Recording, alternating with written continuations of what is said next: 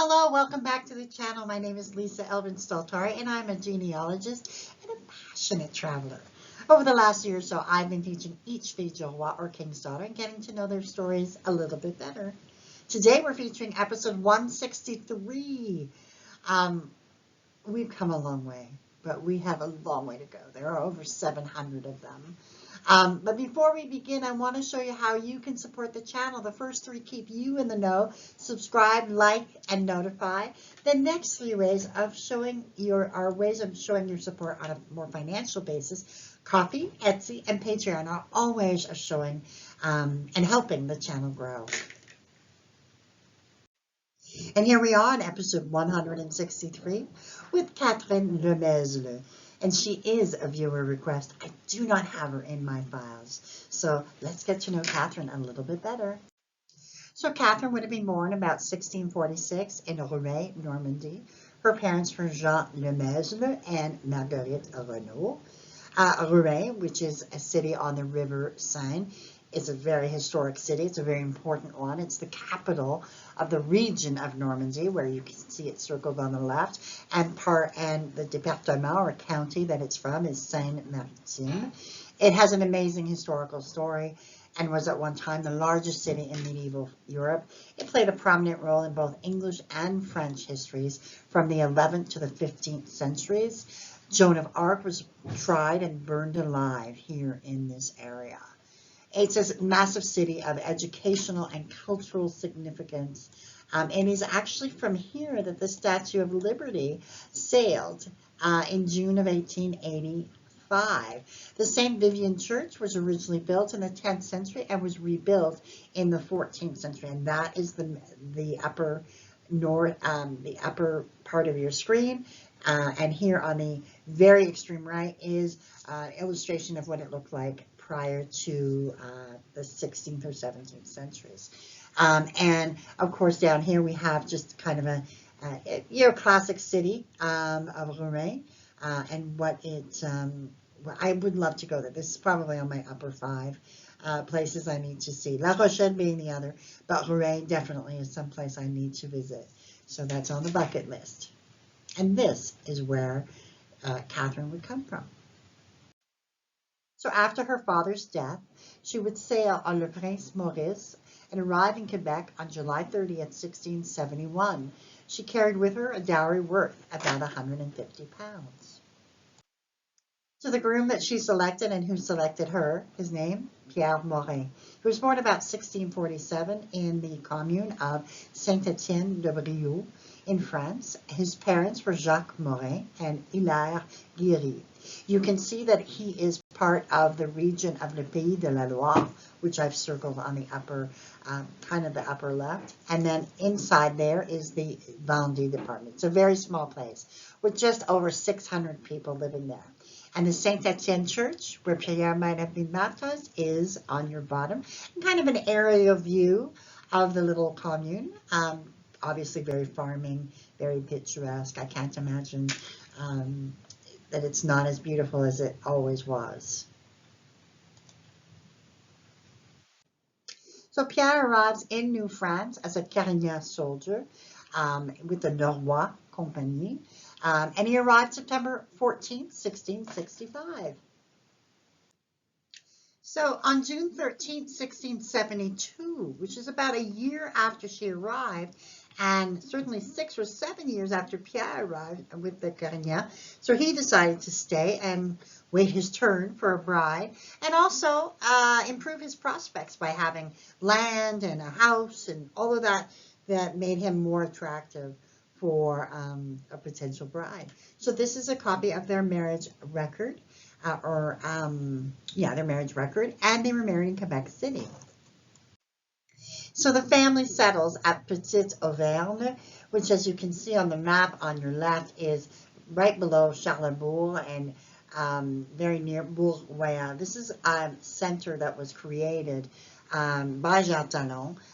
He basically said, you know what, I want to create these villages where the middle part, you can see that they're all kind of created with a middle part that is, the church is in the middle, and all of the land is kind of in a star-shaped pattern. and so it kind of faces, which was very remarkable kind of design back then. I suspect it had something to do with making a community on the church. So the end of your land, was at the church's land.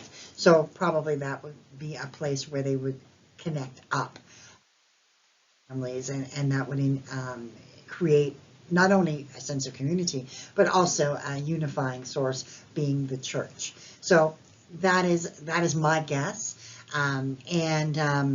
You can see that Charlesbourg and its surroundings began with the concession of the Seigneurie of Notre-Dame-des-Anges in 1626. The seigneurie extended from the Charles River and encompassed much of the land. By 1665, the new intendant of justice, Jean Danot, that's when he set out to establish 3 new villages. And the Jesuits were not impressed. And, basically, Charlesbourg was, probably the most premier.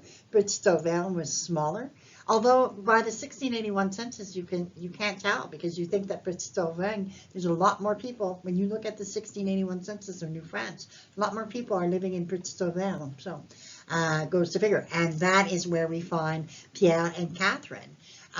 Pierre is 34, his wife Catherine, 35. Enfant is Marie-Anne, Jean, Pierre, Anne. They have 1 gun. They have 5 bêtes à cornes, which are goats.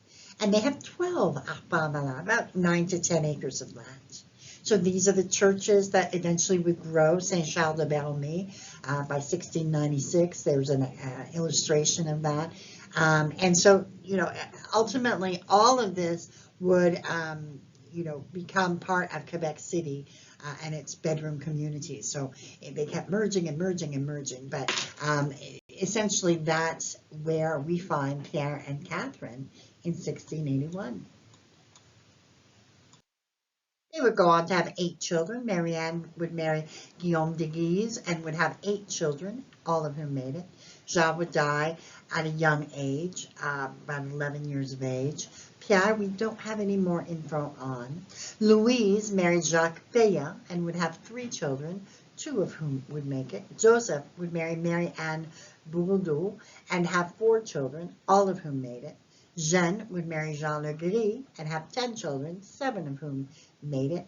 Marie-Madeleine would die at 2 years of age, and Pierre-Jean married Marie-Louise Bizot and would have 3 children, all of whom would make it to adulthood. Pierre would die December 12, 1706. He was only 59 years of age, but they had been married almost 35 years when he passed. He died in the hospital at Hôtel Dieu in Quebec, which is an illustration of that. Catherine herself would pass away in Quebec City after 1721. We do not have a death record for her. She would have been at least 75 years or more, a remarkable achievement. So she went on to live without him for at least 15 years. And they would have, as of 1729, 77 descendants, which is remarkable when you see that they didn't have extraordinarily large families and several of their children passed. And so I think that's remarkable. And certainly my viewer is a lasting legacy of this amazing couple. And you cannot live in Quebec and not know the name Morin. It is a very common name. Now, there are many Morins who settle there, but certainly Pierre is part of that story. And so there is an association des Morins d'Amérique.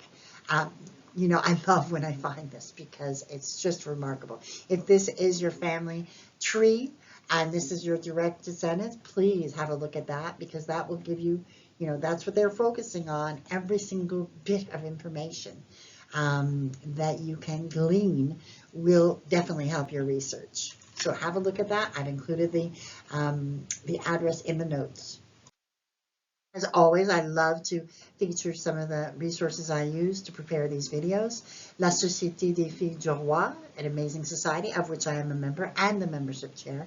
If you have a great-grandmother who is a Fille du Roi and would like to get that certificate, please have a look at that website. It really is amazing.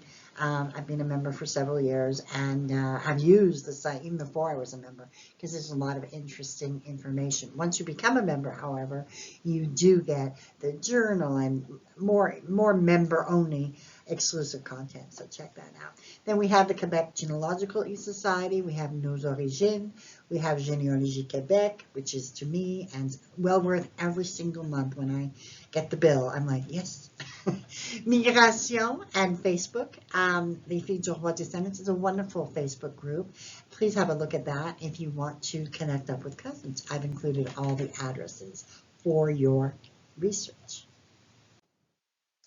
And with that, we end episode 163. Catherine Lemsle is part of this amazing group of women who came, they established roots, and their legacy lasts because we still have descendants. And as I stated, they didn't have a lot to begin with in 1729, but yet their legacy remains because a viewer request meant that that's one of hers. So I'd love to connect the dots. And we want to thank Catherine for her contribution, for her sacrifice, for all the work that she put in to building, Petit Auvergne, certainly being a pioneer there as well, and having a life with Pierre and being able to really, establish those roots. For that, we thank her, we bless her memory, and we are grateful that she came to our shores.